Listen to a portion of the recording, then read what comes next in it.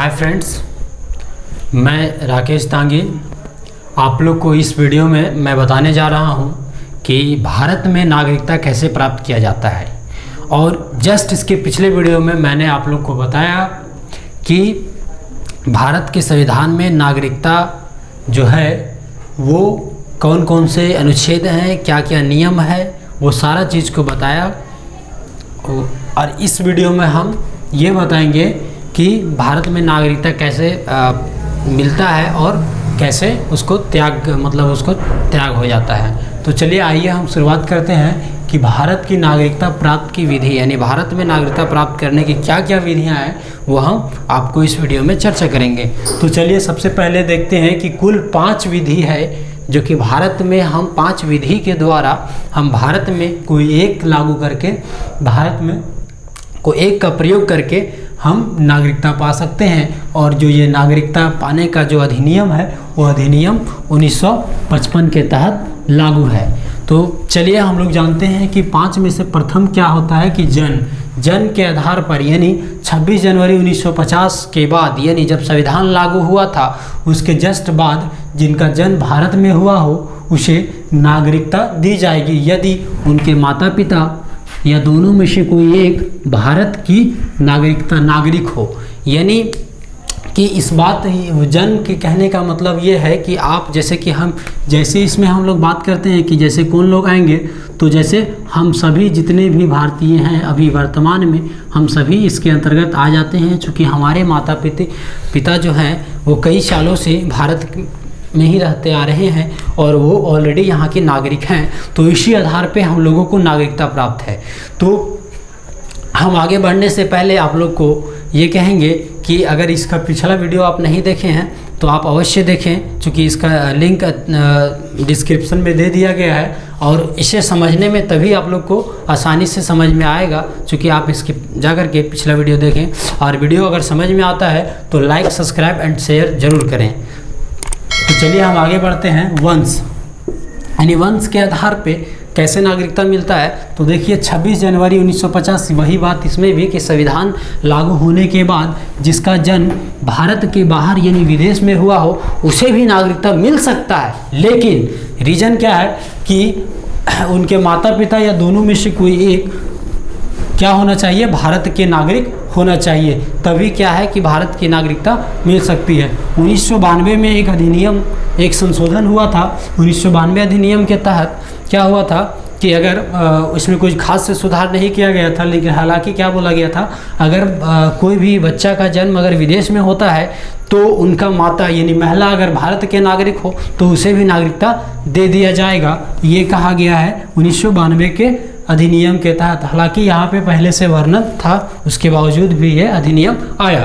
तो उसके बाद आता है देशीकरण। देशीकरण में है वैसा व्यक्ति जो भारत के किसी एक भाषा को जानता हो तथा भारत के प्रति सकारात्मक सोच रखता हो या वैज्ञानिक कला में निपुण हो, साथ ही भारत में लगातार 10 वर्षों से रह रहा हो। यानी क्या है कि भारत की कोई भी एक भाषा, यानी कि भारत में बहुत भाषाएं बोली जाती है, लेकिन उसमें से भी कोई एक भाषा को जानकार होना चाहिए अच्छे से, तथा भारत के प्रति सकारात्मक सोच रखना चाहिए। ऐसा नहीं है कि वो कि भारत के भाषा जानता हो और टेररिस्ट हो और 10 साल से भी रह रहा हो और उसे भी सरकार नागरिकता दे, ऐसा बात नहीं है। भारत के प्रति उसका मतलब छवि भी खराब नहीं होना चाहिए। साथ ही साथ यहाँ पे कह दिया गया है विज्ञान और कला में उसको निपुण होना अनिवार्य है, तभी ये देशीकरण के अंतर्गत आपको नागरिकता प्राप्त करेंगे। तो हम आगे चलते हैं। तो नेक्स्ट क्या है, पंजीकरण।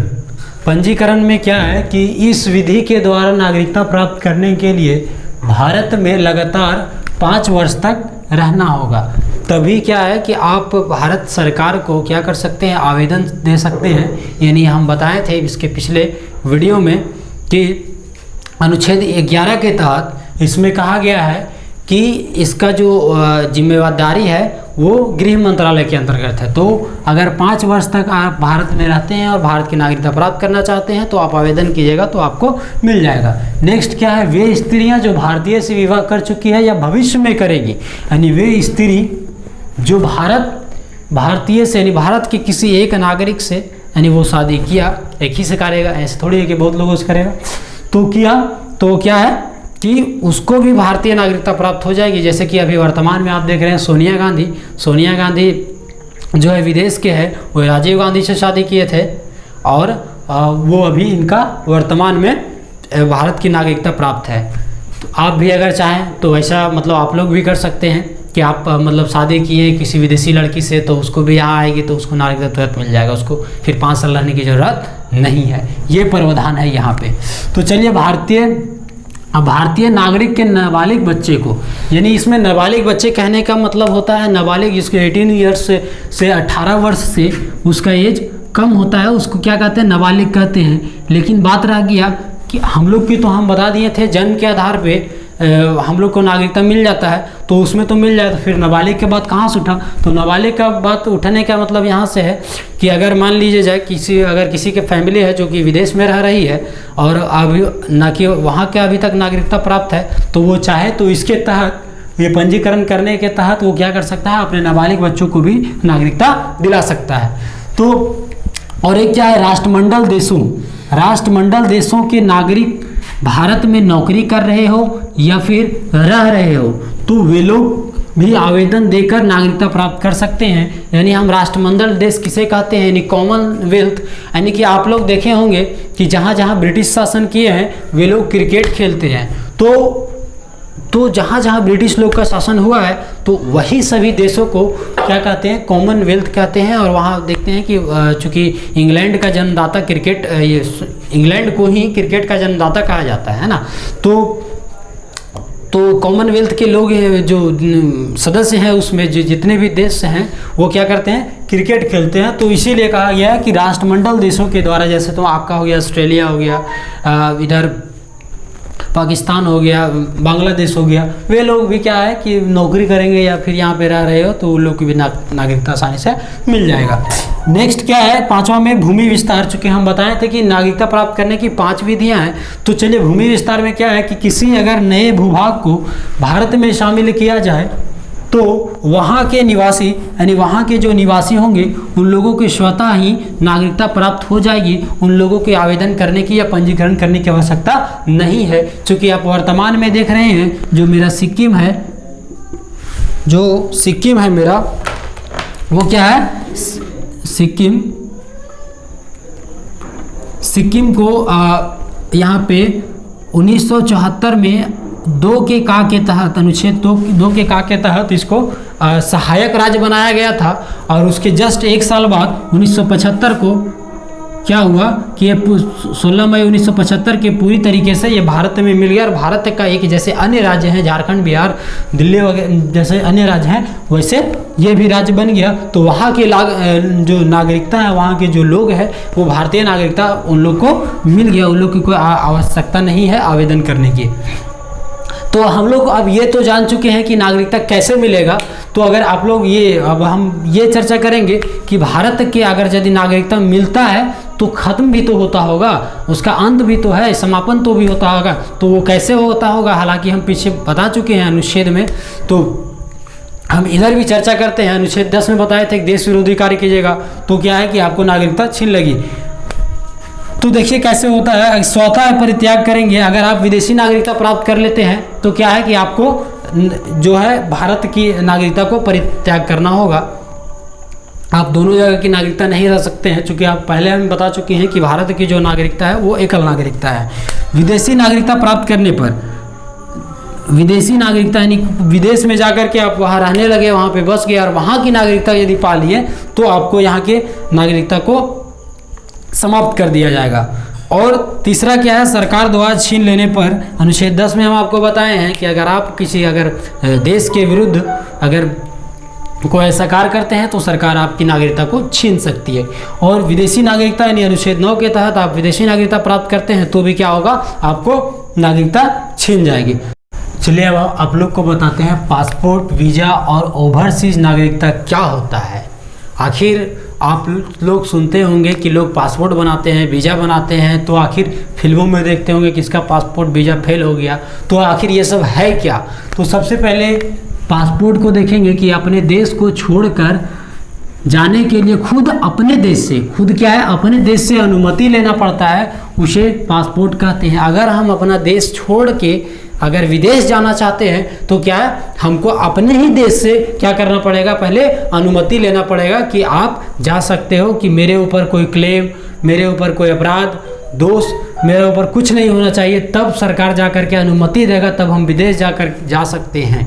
तो उसे ही क्या करते हैं, पासपोर्ट कहते हैं। कई लोग क्या है कि फर्जी पासपोर्ट बना लेते हैं ना, तो वो अमीर लोग बनाते हैं, जैसे कि नीरव मोदी वगैरह है, तो वो लोग फर्जी पासपोर्ट बना के या फिर पहले ही बना के रखते हैं पासपोर्ट। एक लिमिट टाइम होता है इसका बनाने के लिए कि इतना दिन तक आपका पासपोर्ट यूजेबल है।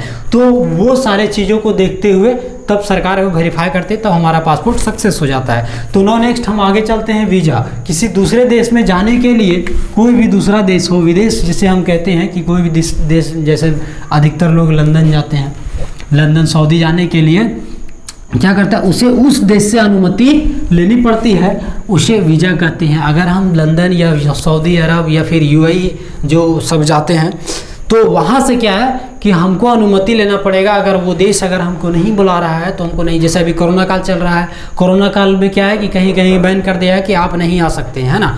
तो अगर वैसे क्षेत्र में आप बहुत इंपॉर्टेंट पर्सन है तो आपको अनुमति मिल सकती है। उस अनुमति के लिए क्या है कि वीज़ा की आवश्यकता होगी। तो ये होता है वीज़ा।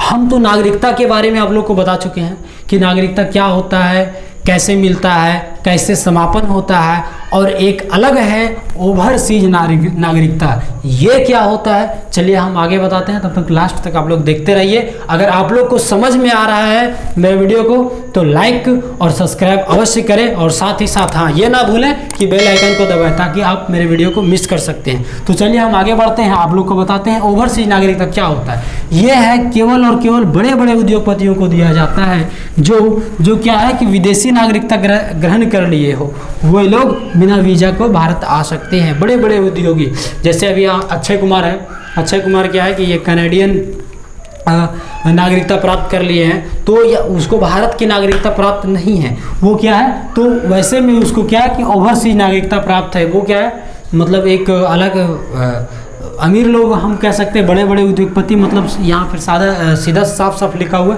अमीर लोग। तो ऐसा आखिर भारत सरकार ऐसा क्यों की है, इसके पीछे क्या फ़ायदा है कि उन लोग को बिना मतलब वीज़ा को एंट्री कर दिया जा रहा है कि वहाँ के अगर यदि नागरिक है तो इसके पीछे रीज़न ये है कि वे लोग जब भारत आते हैं तो बहुत सारे खर्च होता है। कभी होटल में गए, यहाँ ठहरे, वहाँ ठहरे, प्रोग्राम किए, तो वो सारा पैसा यहाँ पर इन्वेस्ट करते हैं। तो उससे क्या होता है कि भारत की इकोनॉमी मजबूत होता है। तो वो चीज़ ध्यान में रखते हुए ये क्या हुआ, ये बहुत इंपॉर्टेंट चीज़ है, ये एग्जाम में अक्सर पूछा भी जाता है, कई एग्जाम में आया भी है। तो इसे आप तो उसे देखते हुए क्या किया, 2005 में लक्ष्मीमल सिंघवी समिति के द्वारा इसे जोड़ दिया गया है, ये संविधान में ऐड किया गया है इसको। तो चलिए, थैंक यू।